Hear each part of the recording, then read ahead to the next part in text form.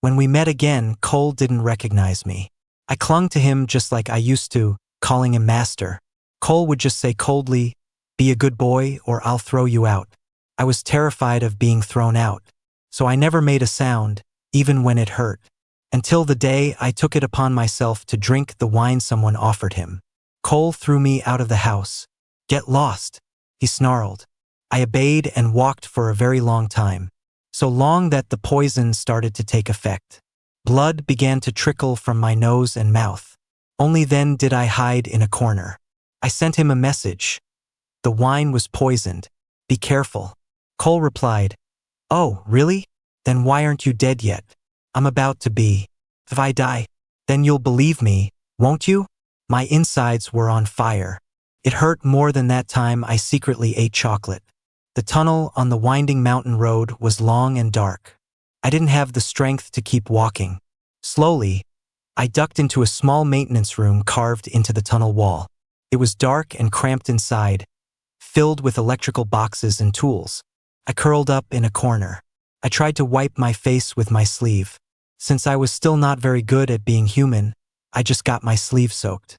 But the more I wiped, the more blood smeared across my face. That glass of wine really was poisoned. I took out my phone. My fingers fumbled with the keys. The wine was poisoned. Be careful. I hit send.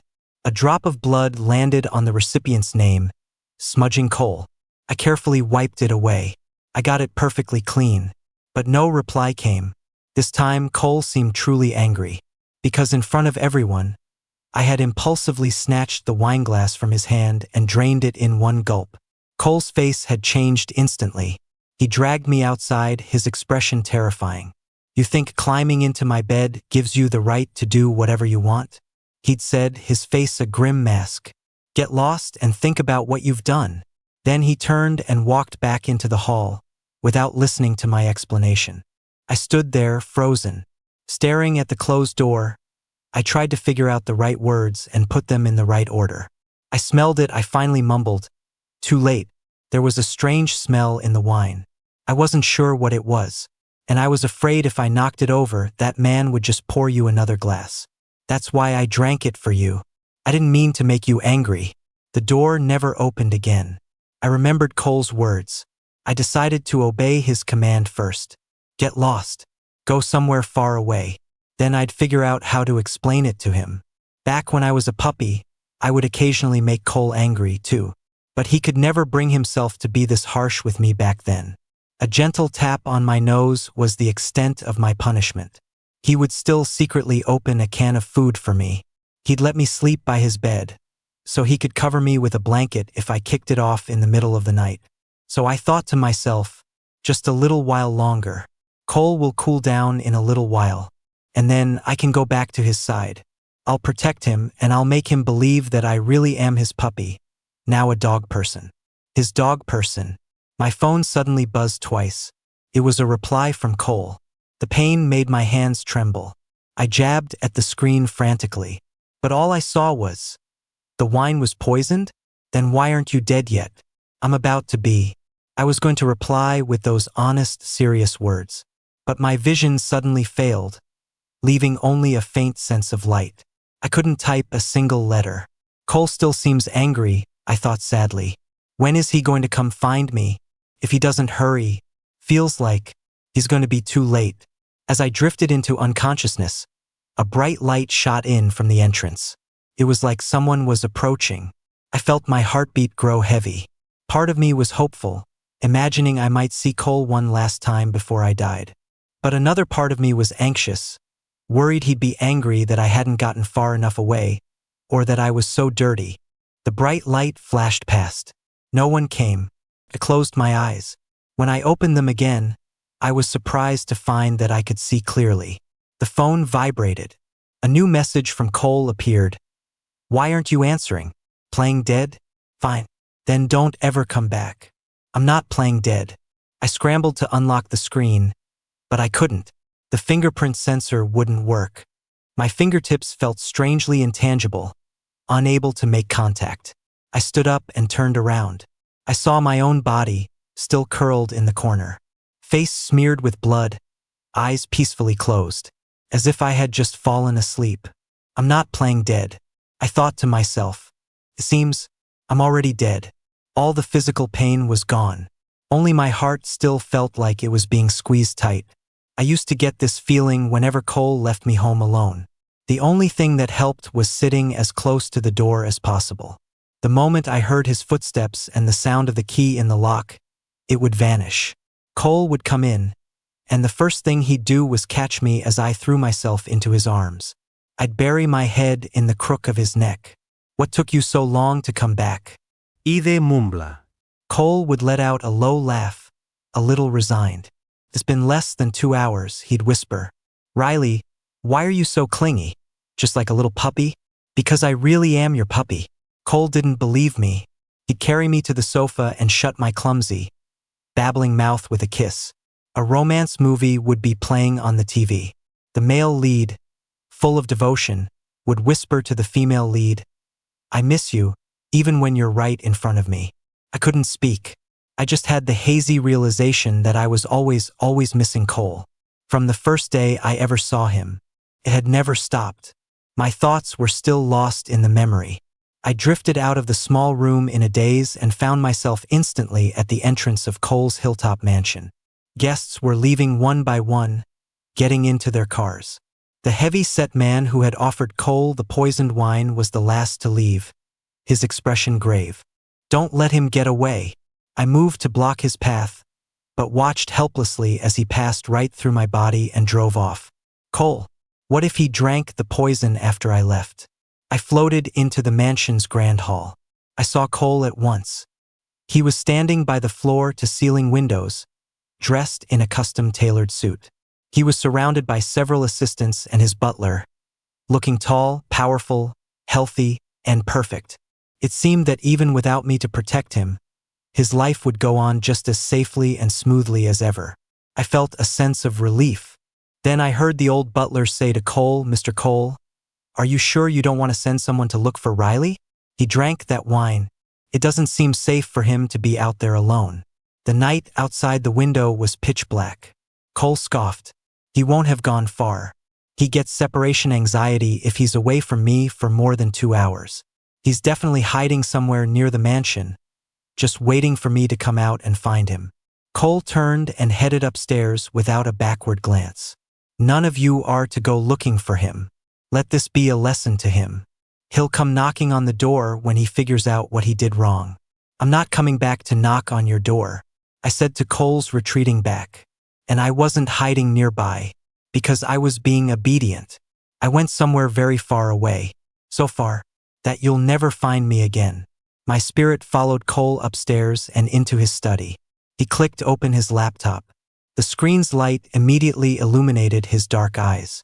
Reflected in them was a photo of a young golden retriever. It was me, or more accurately, me as a puppy. I was 3 months old when I first met Cole. Back then, he wasn't the tall, mature man he was now. He was just a silent, gloomy 8-year-old boy. I stood up on my hind legs, pressing against the cage. I whined softly, wagging my little tail, trying my best to poke my nose through the bars to get a sniff of him. He let go of his grandmother's hand and took a brave step forward. He gently touched my wet nose with his finger. It was like a perfect connection was made. I immediately stuck out my tongue happily, sat down with a huff, and stared at him with wide eyes. I want this one. Little Cole pointed at me, his voice steady and certain. The manager of the therapy dog center forced a smile. But this one is too young. He hasn't passed his training tests yet. Cole was strong-willed and insisted. And so, from that day on, a therapy dog who hadn't passed his tests came to live by Cole's side. He named me Riley. My purpose was to comfort, soothe, and heal the post-traumatic stress disorder Cole developed after witnessing his mother's death. But because I loved my little master so much, my incomplete professional training went right out the window. I wasn't calm and steady. I was overly enthusiastic.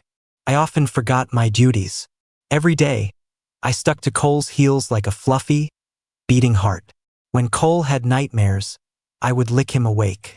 His sadness and fear would instantly disappear. He'd just frown and say, Riley, you got drool all over my face. I wasn't afraid of him swatting my bottom. I'd burrow into his arms and let out a long sigh. That's right, I'd think silently. It's just drool, not tears. We were almost inseparable. I thought we would be together for many, many years. Until one ordinary summer evening 3 years later. Cole had secretly taken me to the beach to run around, as usual. But we were suddenly ambushed by kidnappers. Riley, run. He used a harsh tone I'd never heard before, ordering me towards safety. He himself picked up a stick and charged straight at the criminals. That was the only time I ever disobeyed his command. The price was a fatal gunshot as I tackled one of the kidnappers. But I didn't regret it at all, because from the moment I met Cole, I had sworn to protect him. I made that my puppy mission. That's just how puppies are. Even if their master hits or scolds them, or doesn't give them food, the moment their master comes near, they can't help but wag their tail and show their soft belly. Cole had never hit or scolded Riley. He just didn't recognize that Riley had become a dog person. So I wasn't mad at him. Every day I saw him again was a happy day. Dog people don't have tails. If I did, it would have been wagging like a propeller every single day. Perhaps because he was missing Riley, Cole's gaze softened as he looked at the computer screen. The phone on his desk suddenly rang. He answered it. Mr. Cole, you asked me to have the wine glass tested for toxins. The lab just sent over the results. I froze, not daring to move. I heard his assistant on the other end of the line say, they did detect a specific substance in the trace amount of wine remaining, but they can't identify the compound yet. They need a little more time. Cole's brow furrowed. He grunted in acknowledgement and hung up the phone. I studied Cole's face, trying to guess why he'd had the glass tested. Was it because he didn't trust the man who offered the toast? Or was it because he believed me just a little? But Cole said nothing. His expression was as unreadable as ever. He went back to reviewing company reports as if nothing had happened. But perhaps there were a lot of problems in the reports. The screen stayed on the second page for a very long time without scrolling. Cole finally stirred, turning to look out the window. Something seemed to displease him. His smooth brow furrowed again. Impulsive, he said suddenly. As I always did, I was sitting in the chair on the other side of his desk. I wasn't being impulsive, I whispered. It's because a dog person's sense of smell is very keen. I smelled something strange in the wine. The moment Cole turned his head back, his gaze stopped. My heart pounded violently in my chest. Could it be? Did he hear what I said? But a second later, I realized he wasn't looking at me. He was looking at the picture book in front of me. A dog person is an adult male in body, but his mind lacks the knowledge a normal human should have. I could understand and speak many words, but I couldn't read them all, let alone spell them.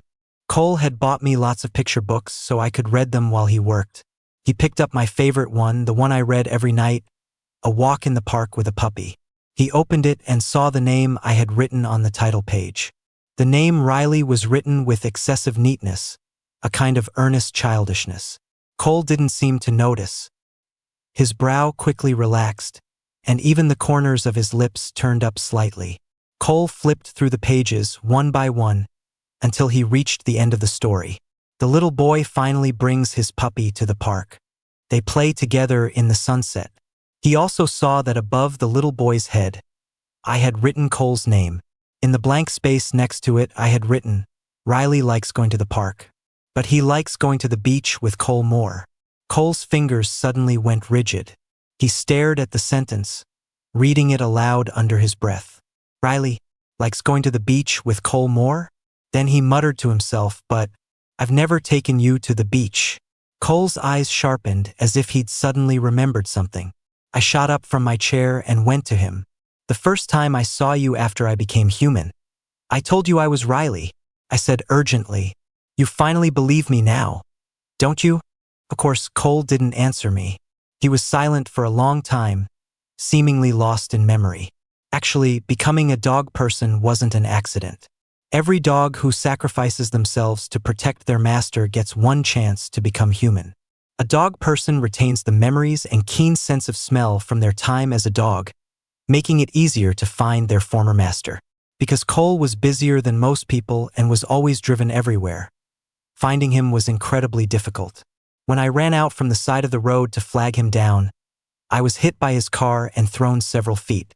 When I woke up in the hospital, Cole asked me who I was. I looked at his face and realized he was no longer the 8-year-old boy who was afraid of the dark. The Cole before me was tall and strong, a commanding adult who could handle anything. "I'm Riley," I said quietly, my human speech still clumsy. "I'm your dog."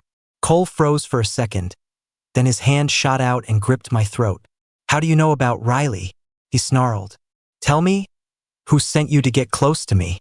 I couldn't speak well, and I must have looked a little slow. My answers were disjointed and made no sense. Cole assumed the accident had scrambled my brains and gave up questioning me. He had his people run a thorough background check, but they couldn't find any record of me. He had nowhere to dump me, so he had no choice but to keep me. "Since you say you're my dog, you have to be obedient from now on." Cole brought me home, looked down at me, and threatened coldly, "Disobey me, and I'll throw you out." "Don't throw me out." I remember shaking my head and saying, "Don't throw me out. You're the only person I know in this world. You're all I have." Cole thought I was foolish and shameless. He couldn't understand me, just as no one can truly understand a dog. The human world is vast, but a dog's world is very small. Once Cole stood inside it, there was no room for anything else. To be able to save Cole one more time, I still felt lucky, but it seemed he had thrown me out after all. The ringing of the phone suddenly broke through my memories. Cole answered it, his voice gentle. "Grandma, why are you still awake?" The voice on the other end was warm and kind. I was about to sleep, but I suddenly started missing Riley. He's the only one who will patiently sit with me and do nothing, just look at the flowers and listen to music. That boy is so sweet and quiet. His personality is just like that little puppy you used to have, and they even have the same name. Grandma gave him an order with a touch of childlike petulance. "I don't care. Cole, you have to bring Riley to see me tomorrow." Cole bent his knuckles and rubbed his brow. "He's not that sweet," he said. "He caused trouble at my dinner party today. I'm punishing him." "Oh dear," Grandma said, concerned. "Just scold him a little. Be careful he doesn't hold a grudge and decide he doesn't want you anymore." Cole let out a short, derisive laugh. "Not a chance. Don't worry about that. He'll probably be back in half an hour, begging me for forgiveness." Before Grandma could say anything else, another call came in. "Grandma, you get some sleep," Cole soothed. "I'll bring Riley over tomorrow." She hung up. His assistant's voice came through. "Mr. Cole, the head of the lab just called." Cole sat up a little straighter. He cut him off. "Are the test results on the wine ready?" "Not yet," the assistant replied. "They're short on one of the reagents. The lab director said the results won't be ready until tomorrow morning." Cole let out an almost imperceptible breath. "Understood," he said in a low voice and hung up. Cole's gaze fell on the picture book, and his brow furrowed again. There was a knock on the study door. The butler brought in a bowl of soup to help with sobering up. As the butler set the bowl down, Cole suddenly asked, "When I'm not home, has Riley shown any strange behavior?" The butler frowned in thought for a moment. "There is one thing, but I don't know if it counts. A while back, you bought Riley a phone. When you're not here, he stays in his room studying the apps on it." A few days later, a package was suddenly delivered to the house. Riley didn't open it in front of me, and he asked me not to tell you about it. Cole didn't press further, just said, "I see." He dismissed the butler.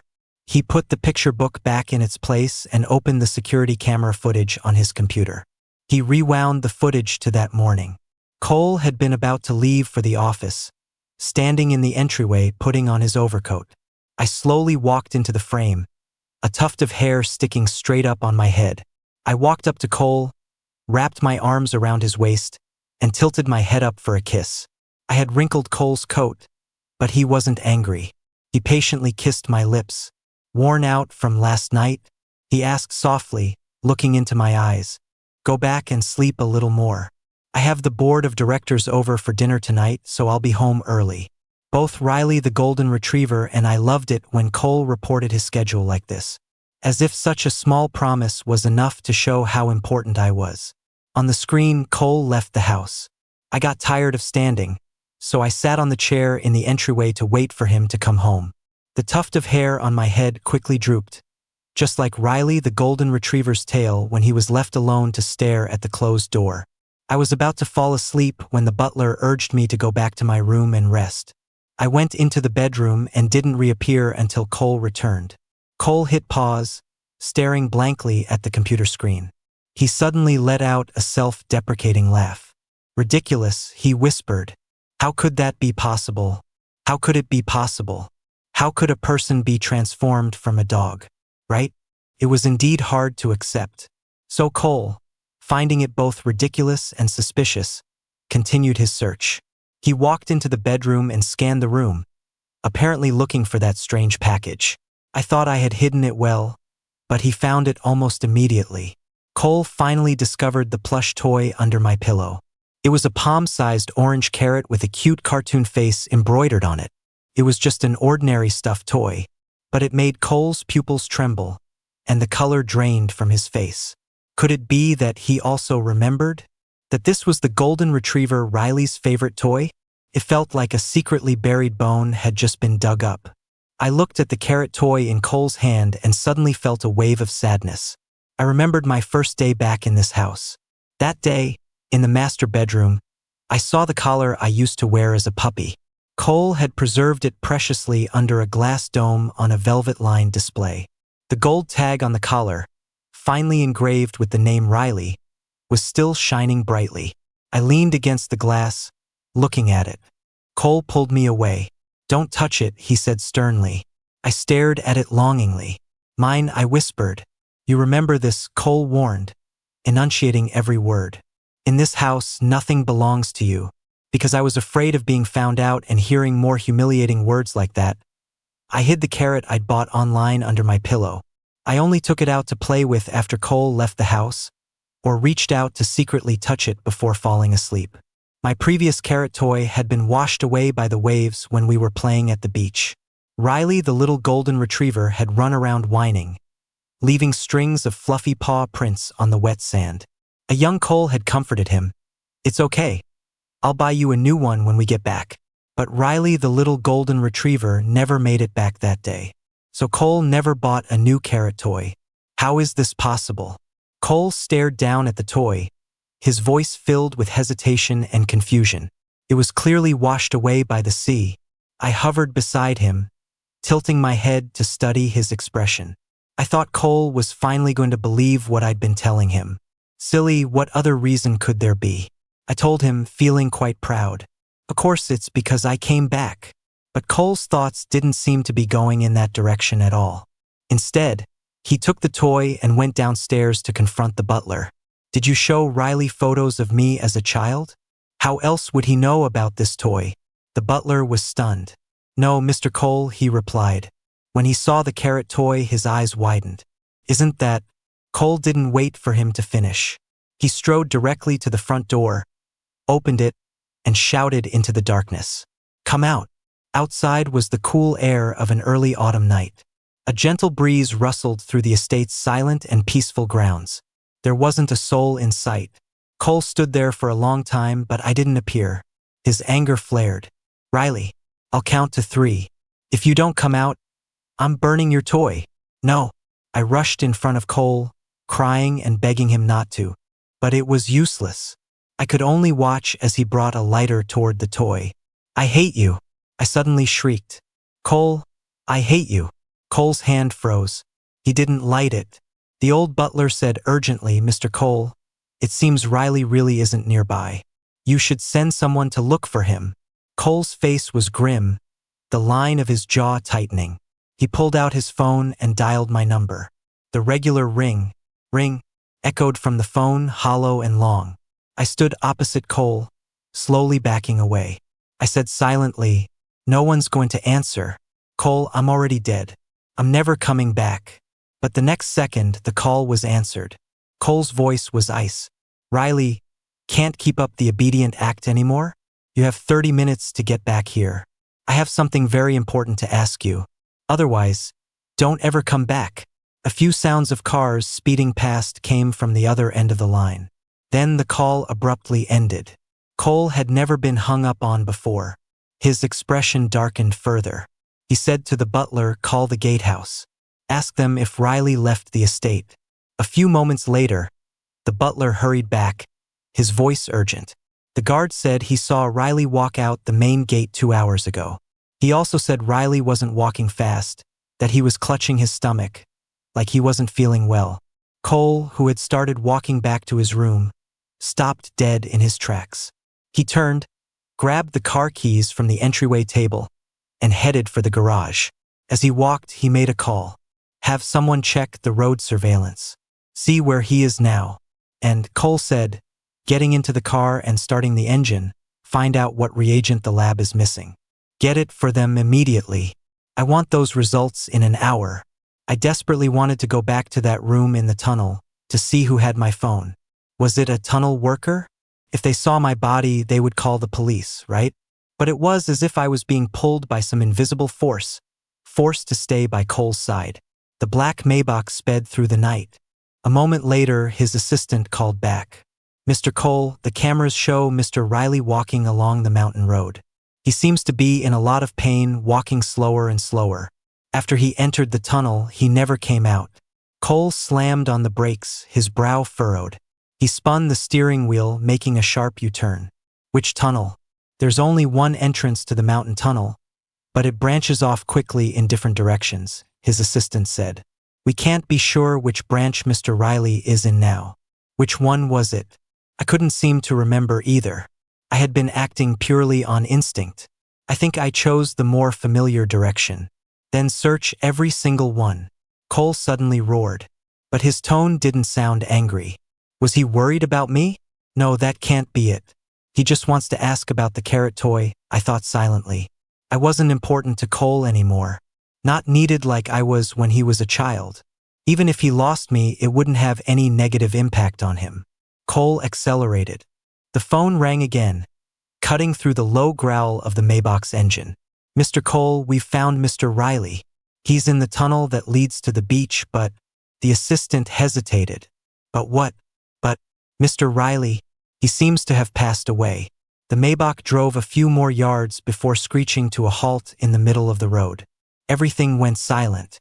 The night, the streetlights. Cole and I sat in the car, as if we were in a small universe where time had stopped. "Impossible," I heard Cole say, his voice hoarse. "He just answered my call." The assistant said, "Mr. Riley's phone isn't with him. There are a lot of homeless people in the area. It's possible someone took it and answered by mistake." The assistant's words were clear, but Cole seemed not to have heard them at all. He repeated, "He just answered my call." The assistant was at a loss for words, but finally said, "I've called an ambulance. Mr. Cole, you should get here as soon as you can." Cole drove erratically, speeding up and slowing down. As he entered the tunnel, he got a call from the head of the lab. "Mr. Cole, the test results are in. We found a small amount of ricin in the wine. This toxin has a very faint odor, easily masked by the smell of alcohol, and even a trace amount can be fatal. If poisoned, the symptoms are often delayed. Death occurs several hours after exposure." Cole listened to the call while mechanically parking the car and getting out. His assistant rushed up to him, but Cole walked past him, his face expressionless. The door to the maintenance room was narrow and ajar. Cole strode over and pushed it open. I was still in the same sleeping position, curled up next to a jumble of tools. My face was a ghastly white, which made my drooping eyelashes look very dark and the blood on my face a startling crimson red. Cole stared at me, stunned. He suddenly cut off the person on the phone. "What's the antidote?" "There is currently no antidote," the voice on the other end said regretfully. "You're lying." Cole suddenly screamed into the phone. "There has to be one." He furiously threw the phone to the ground. Then he picked up my body and ran toward the road. His assistant grabbed him. "Mr. Cole, calm down. The ambulance will be here any second." Cole ignored him, dodging a honking car. The sound of a siren grew closer. Cole ran for 100 yards, carrying me, and flagged down the ambulance. "Save him," Cole yelled, carrying me onto the vehicle. He told the paramedics he's been poisoned with ricin. You have to save him. The doctors and nurses surrounded me, monitoring my vital signs. Cole collapsed into a nearby seat, talking to himself. He needs his stomach pumped. Then he added, that's not enough. The toxin has entered his bloodstream. He needs dialysis. Did you bring a dialysis machine? A few minutes later, the paramedics stopped what they were doing. Cole's expression was cold, his voice dangerously low. Why have you stopped trying to save him? If anything happens to him, I'll have your entire hospital shut down. A doctor spoke, his face grim. I'm very sorry, but the patient has already passed away. Any further attempts at resuscitation would only cause unnecessary damage to the body. The ambulance drove through the tunnel. As it emerged, the sky was already beginning to lighten. Cole looked up and saw the gray, somber sea outside the window. So, the tunnel I had chosen led to the beach. The same beach Cole used to take me to so often. The heavy waves of the ocean were reflected in Cole's eyes. He didn't blink. He just said very quietly, so, Riley wanted to come to the beach. Cole got up to hold me. He rested my upper body against his chest. We swayed with the jolting of the ambulance. Cole was silent for a moment. When he spoke again, his voice was so hoarse it was unrecognizable. You've been there so many times, and you still wanted to go? Took me a few seconds to react. I realized Cole now completely believed I was a dog person. But I felt no joy or excitement, because it didn't matter anymore. It was all too late. I had actually asked Cole to take me to the beach a long time ago. But Cole was very resistant. The moment I mentioned it, his face would darken. The beach is too dangerous, he'd say sternly. We can't. How awful. My master was no longer afraid of the dark. But now he was afraid of the beach. I missed the feeling of going to the beach with him. And I didn't want the beach to become a nightmare for him. So I asked several more times, but was rejected each time. Perhaps he couldn't bear to see my disappointment. The last time I asked, Cole finally relented. Give me some time. I'll take you. After he said that, he held me tight. It reminded me of the Cole who used to be afraid of the dark. I felt I should be as patient with him as I used to be, and accept all his requests. So I hugged him back gently, whispered his name, and said the words I'd always wanted to say as a puppy but couldn't. I love you so much. A puppy's love for its master is indelible, carried over into the dog person's heart. Every moment I craved a response. In the ambulance, Cole pressed his forehead into the hollow of my neck. His breathing became erratic, deep and shallow. If his golden retriever therapy dog were still here, he would have licked his tears dry and patted his leg with his tail. He would have told him, "Don't be sad. You still have me. Your dog." A dog's life isn't long. I had dreamed of staying by my master's side forever. But even after becoming human, it seems that wasn't possible. The ambulance took us to the hospital. My body was temporarily placed in a small, private room. Cole stood by my bed and pressed the carrot toy into my palm. Riley. Cole's face was pale, his voice very soft. I'm sorry. I didn't recognize you. Hearing him apologize, shouldn't I feel happy? Why did my heart feel like it was being torn apart? So painful it made me want to cry. Cole stood motionless. The fluorescent light overhead cast a shadow under his eyes. He continued, "How did you find me? By my scent?"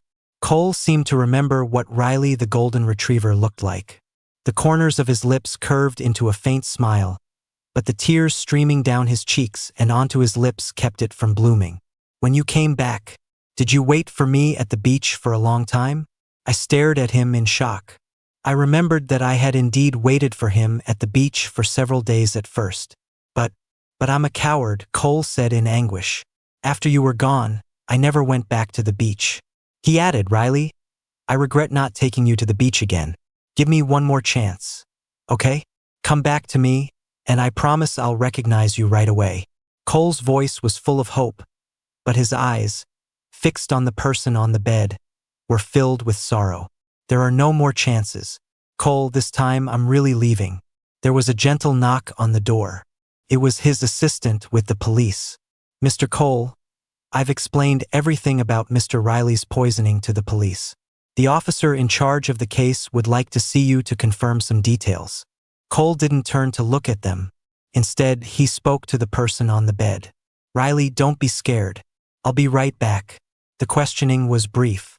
The officer took a sealed bag out of his pocket. A homeless man was looking for a place to sleep in the maintenance room and found the victim.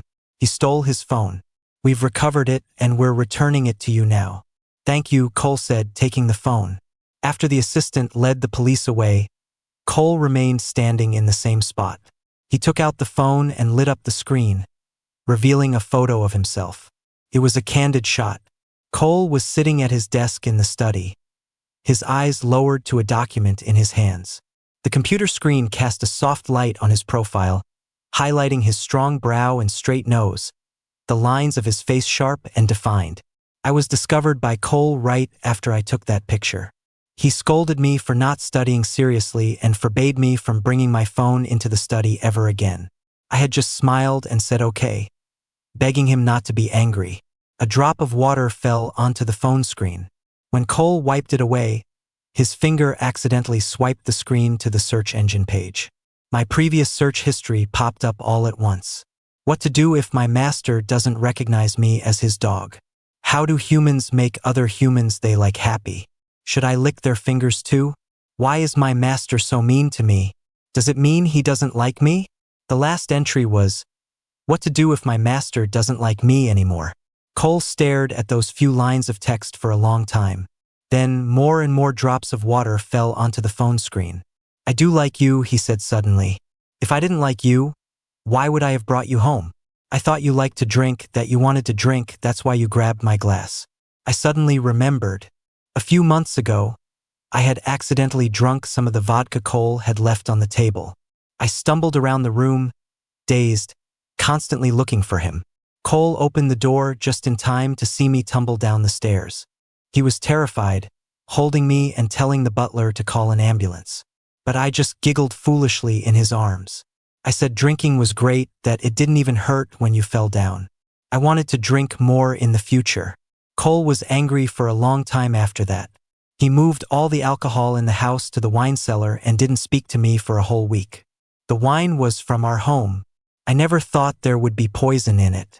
Cole doubled over as if in immense pain, clutching my phone and sobbing. Why didn't I believe you? If only I had believed you from the start, how much better would things have been? He whispered, his voice choked with pain. Why can't I ever protect you? It should have been me from the very beginning. It's me who should be dead. Golden sunlight streamed in through the hospital corridor window, heralding the start of a new day. But Cole still sat with his head down, huddled in a corner. He was steeped in a darkness of grief, as if he were permanently stuck in yesterday. His assistant came over and updated him on the case. He said the shareholder who had poisoned the wine had fled to escape justice, and the police were in hot pursuit.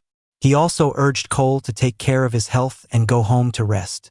Cole remained silent. His spine was no longer a proud, straight line but a weak, defeated curve. Not long after the assistant left, someone else approached Cole. "Leave me alone," he said, his face blank. But the person replied, "I'm not here for you. I'm here to pick up Riley." Cole's head snapped up, revealing bloodshot eyes. "Who are you?" he snarled, grabbing the person's sleeve, his teeth clenched. "He's mine."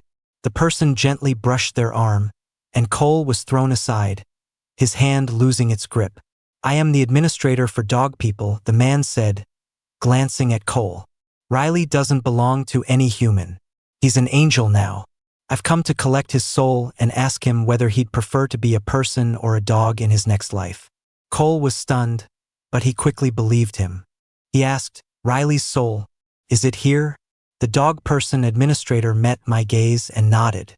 A flicker of light returned to Cole's dull eyes. He called my name softly. "Riley, are you here? Are you listening?" He looked around the room and said, "Will you come back? As a person or a dog, it doesn't matter. Just come back to me. I'm begging you." The room was silent.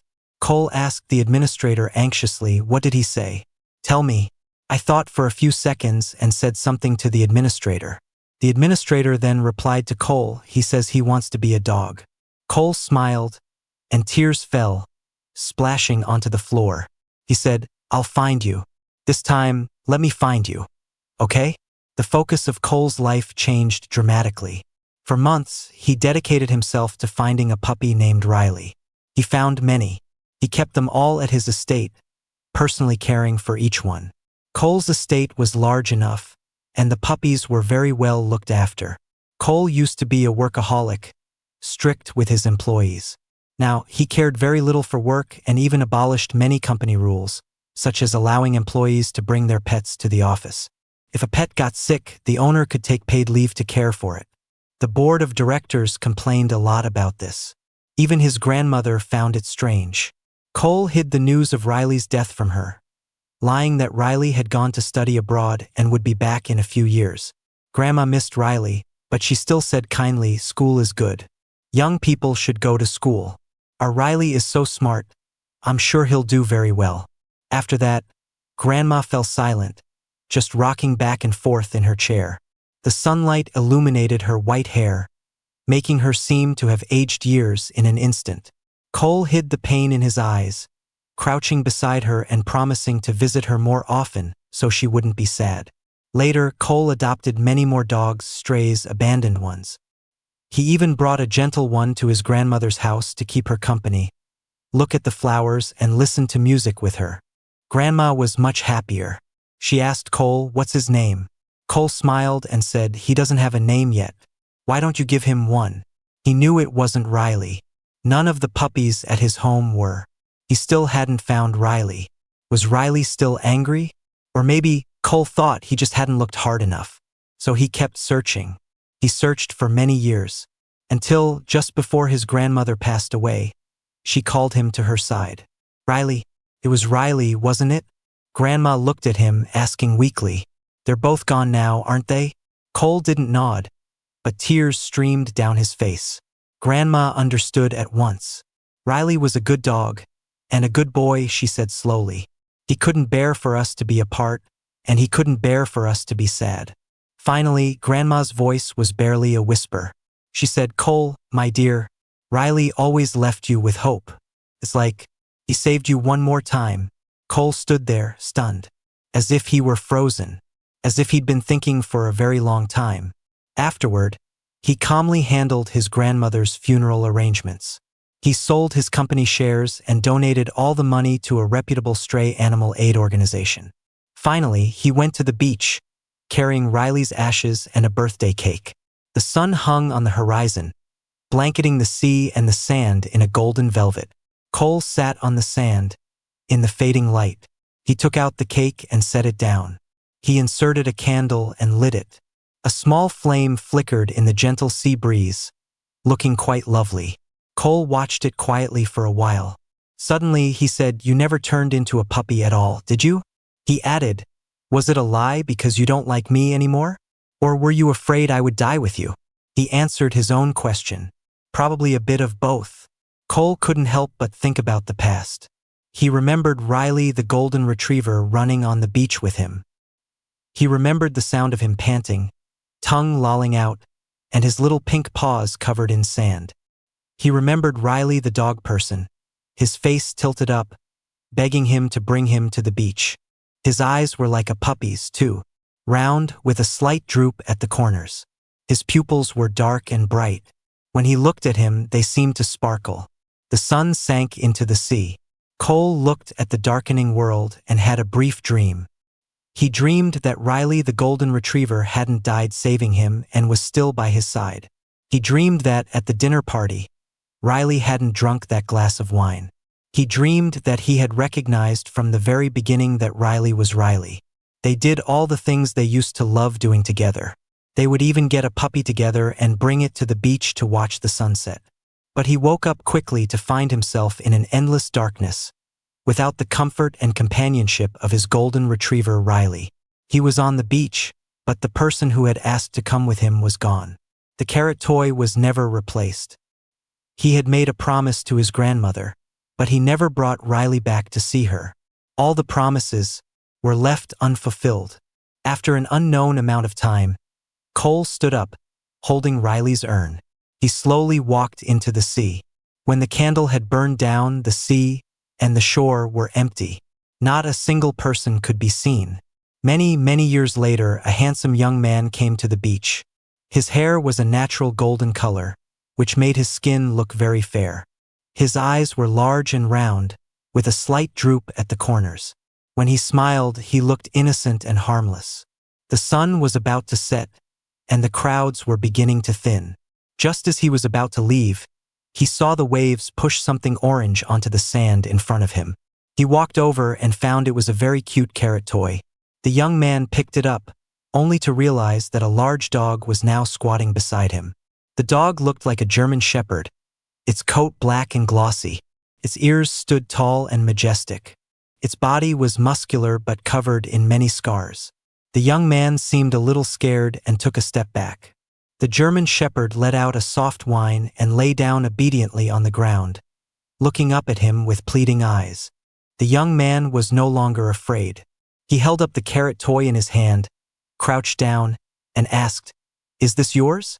The German shepherd lifted its head and looked at the young man's face intently, as if to say, "It's mine." The young man placed the carrot toy at its feet. "Then I'll give it back to you," he said. He stood up and started walking toward the shore. Before he left, he turned to look back at the beach. He saw the German shepherd was still in the same spot, sitting up very straight. It had the toy in its mouth and was also staring intently at the young man, as if it were gazing with longing and reluctance at a lover it had been waiting for a very, very long time.